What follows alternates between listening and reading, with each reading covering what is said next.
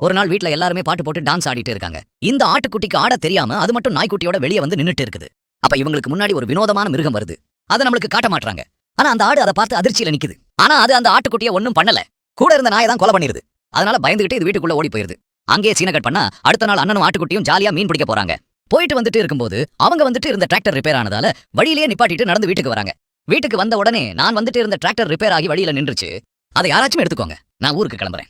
என்ன யாராச்சும் டிராப் பண்ணுங்கன்னு சொல்றான். தம்பி பொண்டாட்டி, நீங்க அதை போய் ரிப்பேர் பண்ணி எடுத்துட்டு வாங்க, நான் உங்க அண்ணனை போய் டிராப் பண்றேன்னு சொல்றா.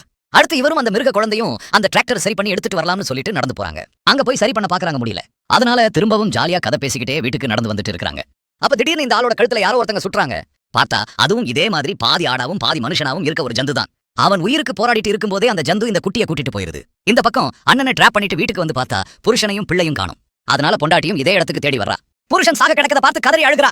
என்ன நடந்திருக்குன்னா, இந்த குட்டி இப்படி பிறக்கிறதுக்கு காரணம் இந்த ஜந்து தான். கிட்டத்தட்ட அப்பா மாதிரி இந்த குட்டி பிறந்த உடனே தாய் ஆட்டுக்கிட்ட இருந்து இவ தான் குட்டியவும் பிரிச்சா. அந்த தாயாடு திரும்ப திரும்ப வீட்டுக்கிட்ட வந்து அந்த குட்டியை கேட்டு நின்னதுக்காண்டி அதையும் இரக்கம் இல்லாம கொன்னும் போட்டுட்டா.